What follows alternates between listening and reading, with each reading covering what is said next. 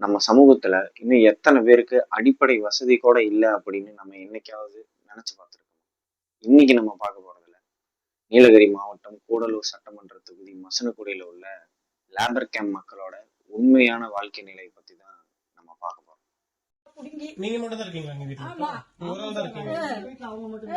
அந்த தம்பிய கூப்பிட்டு இதெல்லாம் அந்த குச்சியை வெட்டிக்கிட்டு வந்து போட்டு உக்காந்துருக்கோம். கண்ணு தெரிஞ்சிச்சா தெரியல.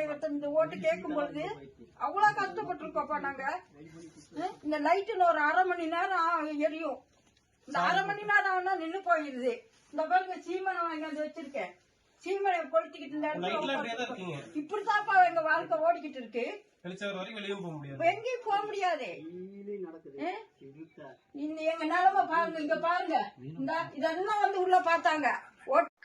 கடந்த 40 ஆண்டு காலமா அங்க வாழ்ற மக்களுக்கு மின்சாரமே இல்லை. கொஞ்சம் சிந்திச்சு பாருங்க.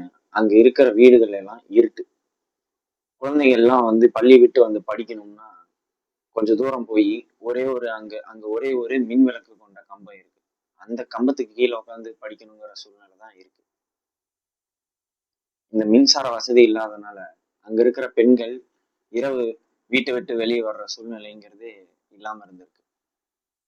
கடந்த 40 ஆண்டு காலமா ஒரு கிராமமே இருள்ல மூழ்கி இருந்திருக்குங்கிறது தான் உண்மை. 21ஆம் நூற்றாண்டுல இந்த மாதிரியான சம்பவங்கள்லாம் நடந்துகிட்டு இருக்கா அப்படின்னு சிலருக்கு வியப்பா தான் இருக்கும். ஆனா உண்மையிலுமே அந்த கிராமத்தோட நிலைங்கிறது இப்படிதான் இருந்து வந்துருக்கு.